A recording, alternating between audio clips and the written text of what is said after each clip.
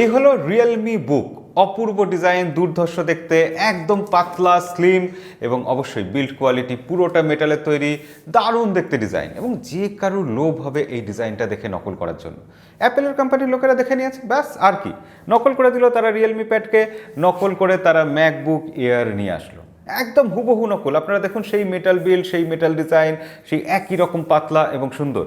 তবে অ্যাপেল কিন্তু কিছু ব্যাপারে রিয়েলমিকে পুরোপুরি নকল করতে পারেনি, বিশেষ করে ডিসপ্লের যে বেজেলস, ডিসপ্লের যে কোয়ালিটি, সেখানে কিন্তু রিয়েলমি উইনার, সত্যি সত্যি উইনার।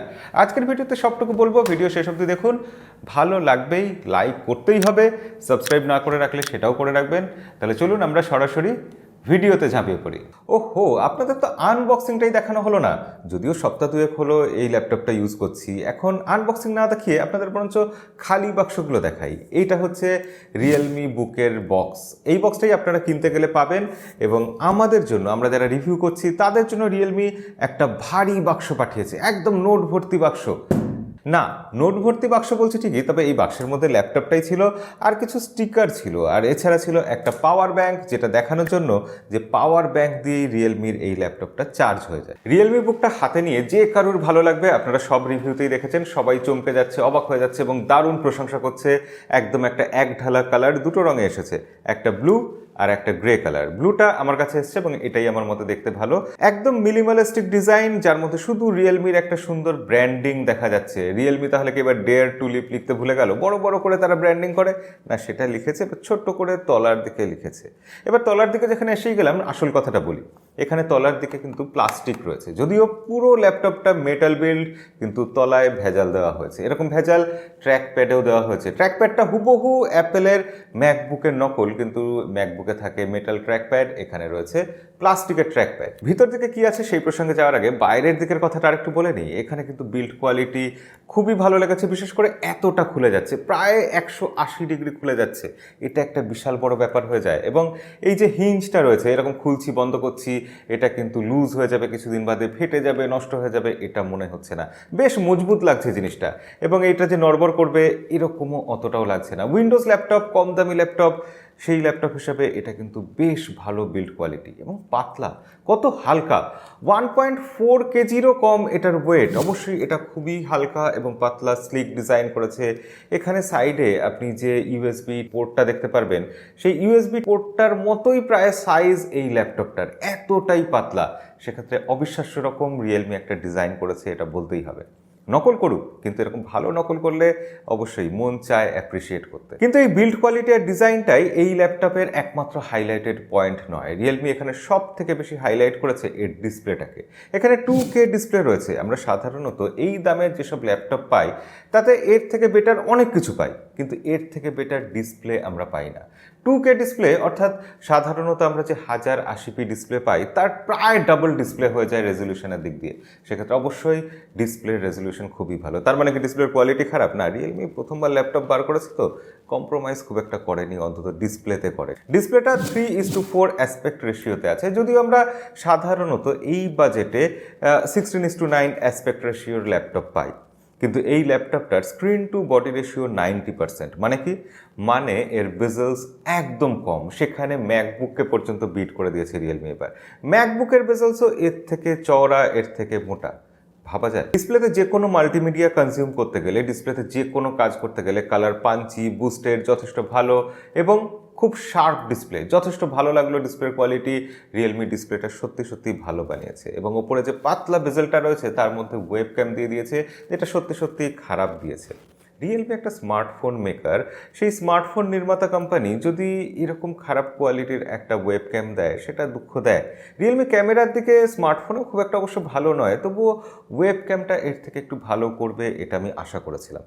তো দেখা যাক রিয়েলমি আগামী দিনে কি করে। এবার ল্যাপটপের পোর্টস আর বাটনসের ব্যাপারে চলে আসি। সেখানেও রিয়েলমি একেবারে অ্যাপেলের নকল করেছে, সেটা কিন্তু খুব একটা অ্যাপ্রিসিয়েট করার মতো নয়। পোর্টস আর বাটনস যত বেশি থাকবে একটা ল্যাপটপে তত ভালো। এখানে RJ45 কোনো কানেক্টর নেই, HDMI কানেক্টর নেই। ডান দিকে শুধুমাত্র একটা USB কানেক্টর রয়েছে বা USB জ্যাকের জন্য পোর্ট রয়েছে, 3.5mm হেডফোন জ্যাকের পোর্ট রয়েছে, আর বাঁ দিকে একটা থান্ডারবোল্ট পোর্ট রয়েছে আর একটা USB টাইপ A পোর্ট রয়েছে। থান্ডারবোল্ট পোর্ট এই দামে খুবই ভালো অ্যাপেল দিয়েছে, তাই রিয়েলমিও দিয়ে দিয়েছে। কিন্তু বাদবাকি জিনিসগুলো, বাদবাকি পোর্টগুলো থাকাটা খুবই জরুরি ছিল। ল্যাপটপের ভেতরে যাওয়ার জন্য পাওয়ার অফ অন বাটনের মধ্যেই রিয়েলমি ফিঙ্গারপ্রিন্ট সেন্সার দিয়ে দিয়েছে, যেটা খুব ভালো কাজ করেছে। এখানেও রিয়েলমি কোনো কম্প্রোমাইজ করেনি। এবং কিবোর্ড, সেটাও রিয়েলমি কিন্তু অ্যাপেলের মতোই দিয়েছে। কিবোর্ডের লেআউট খুব ভালো, কিবোর্ড যথেষ্ট মজবুত এবং কিবোর্ড ইউজ করতেও সুবিধাজনক লাগছে, খুব বেশি নয়েজ হচ্ছে এরকম নয়। এখানেও রিয়েলমি অনেকটাই অ্যাপেলকে নকল করতে পেরেছে সার্থকভাবে। যদিও কিবোর্ডে যে ব্যাকলিটটা আছে সেটা অতটাও ব্রাইট নয়, তবে হ্যাঁ, কিবোর্ডে ব্যাকলিট দিয়ে দিয়েছে। এই দামে এটা একটা উইন্ডোজ ল্যাপটপের জন্য যথেষ্ট ভালো, কারণ এই দামে এর কম্পিটিটররা বেশিরভাগই ব্যাকলিট কিবোর্ড দেয় না। এই ল্যাপটপের সব থেকে দুর্বল দিক হলো এর প্রসেসর বা পারফরমেন্স। এখানে রিয়েলমি দিয়েছে কোর i3 ইন্টেলের প্রসেসর, যেটা 11th জেনারেশনের প্রসেসর। যদিও আমরা জানি এই দামের মধ্যে রাইজেন 5-এর প্রসেসর পাওয়া যায়, ইন্টেলের কোর i5-এর প্রসেসর পাওয়া যায়, যার পারফরমেন্স এর থেকে অবশ্যই বেটার। এবং এখানে LPDDR4X র্যাম দেওয়া হয়েছে। যদিও র্যামের ফ্রিকোয়েন্সি ভালো, কিন্তু LPDDR4X র্যাম তো দেওয়া হয়েছে 8GB মাত্র। এছাড়া এখানে দেওয়া হয়েছে 256GB SSD। এবং এই জায়গাগুলোই হচ্ছে এই ল্যাপটপের বটলনেক, অর্থাৎ আপনি আপগ্রেড করতে পারবেন না, র্যাম বাড়াতে পারবেন না ভবিষ্যতে। তবে হ্যাঁ, যারা এই ল্যাপটপ ইউজ করবেন তারা কিন্তু পারফরমেন্সের জন্য ইউজ করবেন না, ভবিষ্যতে তাদের র্যাম বাড়ানোর খুব বেশিও প্রয়োজন পড়বে না। কারা এই ল্যাপটপ ইউজ করবেন সেই ব্যাপারে আসছি। তার আগে এই ল্যাপটপের আর একটা দুর্ধর্ষ ফিচার বলি। রিয়েলমি এখানে পিসি কানেক্ট বলে একটা ফিচার দিয়েছে, অর্থাৎ আপনার ল্যাপটপের সাথে আপনার কাছে যদি রিয়েলমির মোবাইল থাকে, দুটো কানেক্ট হয়ে একটা ইকোসিস্টেম তৈরি করবে, ঠিক যেরকম অ্যাপেল করে। অর্থাৎ আপনার মোবাইল ফোনে আপনি যদি নোটিফিকেশন বারের মধ্যে দেখেন পিসি কানেক্ট একটা ফিচার থাকবে, সেই ফিচারটাতে আপনি অন করে দিলে আপনার মোবাইলটা আপনি সরাসরি অ্যাক্সেস করতে পারবেন আপনার ল্যাপটপ থেকে। অর্থাৎ আপনি কপি পর্যন্ত করতে পারবেন। ধরুন আপনার মোবাইলে কোনো একটা ফাইল আছে, সেটা আপনি ড্র্যাগ করে আপনার পিসিতে নিয়ে নিলেন, তাহলে সেটা কপি হয়ে সরাসরি পিসিতে চলে আসবে।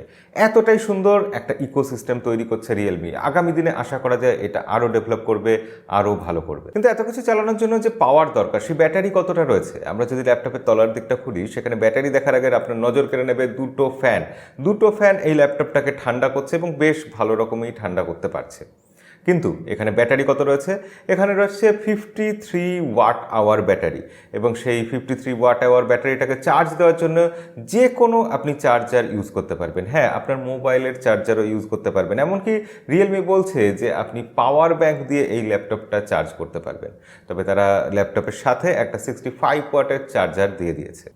এই 65 ওয়াটের চার্জার দিয়ে এই ল্যাপটপটাকে 30 মিনিটের মতো আমরা চার্জ করে দেখেছি। ল্যাপটপ বন্ধ অবস্থায় এটা প্রায় 50% ব্যাটারিকে চার্জ করে দিয়েছে। এবং এই ল্যাপটপটাতে যে ব্যাটারি দেওয়া হয়েছে, সেই ব্যাটারি ব্যাকআপ মোটামুটি স্ক্রিন অন টাইম আমরা পেয়েছি 7 ঘন্টার কাছাকাছি, যেটা খুব একটা খারাপ বলবো না। রিয়েলমি দাবি করছে 11 ঘন্টা, কিন্তু আপনারা জানেন সেটা কখনোই হয় না। সেক্ষেত্রে 7 ঘন্টা ভালোই ব্যাটারি ব্যাকআপ। ল্যাপটপের তলার দিকে যেখানে চলেই আসলাম, সেখানে আরও একটা জিনিস আপনাদের বলে নিই। এখানে কিন্তু স্পিকার রয়েছে হারমান কার্ডনের স্পিকার, এবং যে স্পিকারের কোয়ালিটি অবশ্যই বেশ ভালো লাগলো।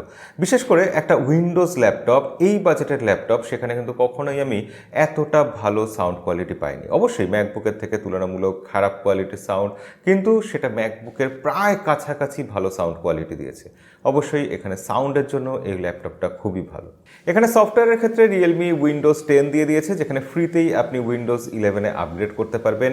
এছাড়া প্রি ইনস্টলড, আগে থেকে ইনস্টল করা অফিস রয়েছে এর মধ্যে মাইক্রোসফটের, সেগুলো একটা ভালো জিনিস। রিয়েলমি এইসব জায়গায় ঠিকঠাক কাজ করেছে। একমাত্র দুর্বলতার জায়গা এই ল্যাপটপটার ক্ষেত্রে এর পারফরমেন্স। কিন্তু পারফরমেন্স কাদের জন্য লাগবে? আমরা এমনি টুকটাক যখন GTA 5-এর মতো গেম চালাচ্ছি, লো সেটিংয়ে সেই গেম চলে যাচ্ছে। কিন্তু আপনি হাই এন্ড গেম করবেন, প্রচুর প্রিমিয়ার প্রোতে এডিট করবেন, অ্যাডব ইলাস্ট্রেটর চালাবেন, ফটোশপে হাই এন্ড গ্রাফিক্সের কিছু কাজ করবেন, সেক্ষেত্রে এই ল্যাপটপটা আপনার জন্য নয় কখনোই। এটা আপনি টুকটাক ফটোশপে কাজ করবেন, টুকটাক গেম প্লে করবেন, টুকটাক কিছু এডিট ফেডিট করলেন, ফিল্মোরা চালালেন, সেক্ষেত্রে এই ল্যাপটপটা কিন্তু ভালোভাবেই কাজ করেছে। আমি ইদানিং এই ল্যাপটপটা দিয়ে ফিল্মোরাতে বেশ কিছু ভিডিও এডিট করেছি আমাদের চ্যানেলে, এবং সেখানে কিন্তু খুব একটা খারাপ কিছু হয়নি। তো এই ল্যাপটপটা যারা ইউজ করবেন তারা সাধারণত অফিসের জন্য ইউজ করবেন, অনলাইন ক্লাস করার জন্য ইউজ করবেন, কিছু টুকটাক প্রোডাক্টিভ কাজে, কেউ হয়তো ভিডিওর স্ক্রিপ্ট লিখছেন, কেউ হয়তো ছোটোখাটো এডিট করছেন, তাদের জন্য এই ল্যাপটপটা আইডিয়াল। যারা মাঝে মধ্যেই বাইরে যান, তাদের ক্যারি করতে সুবিধা হবে, তাদের জন্য এই ল্যাপটপটা আইডিয়াল। যারা ভালো বিল্ড কোয়ালিটির ল্যাপটপ চাইছেন, যারা হালকা ল্যাপটপ চাইছেন, তাদের কিন্তু এটা ক্যারি করতে অসুবিধা হবে না। অবশ্যই এই ল্যাপটপের বেশ কিছু সুবিধা দিয়েছে রিয়েলমি, ভালো ফিচার দিয়েছে। যারা মুভি দেখবে, মাল্টিমিডিয়া এনজয় করবে, গান শুনবে, তাদের জন্য এই ল্যাপটপটা খুবই ভালো ল্যাপটপ। তো একটা এন্ট্রি লেভেলের ল্যাপটপ হিসাবে কোর i3 প্রসেসর দিয়ে এই ল্যাপটপটা কিন্তু যথেষ্ট ভালো ল্যাপটপ। বিশেষ করে ডিসপ্লে এবং ডিজাইন এইসব দিকে রিয়েলমি খুব ভালোভাবে হাইলাইট করেছে। তো যারা হেভি টাস্ক করবেন না, তারা অবশ্যই এই ল্যাপটপটা নিলে ভুল করবেন না, ঠকবেন না, এটুকু চোখ বন্ধ করে বলা যায়। তো আজকের ভিডিওতে এই অবধি। এটা কোনো ফুল রিভিউ ছিল না, এটা আমরা রিয়েলমির এই ল্যাপটপটার একটা ওভারভিউ বা ফার্স্ট ইমপ্রেশনের ভিডিও করলাম। আপনাদের কোনো প্রশ্ন থাকলে কমেন্টে লিখে জানাবেন। দেখা হবে পরের ভিডিওতে। আজকের মতো বিদায়।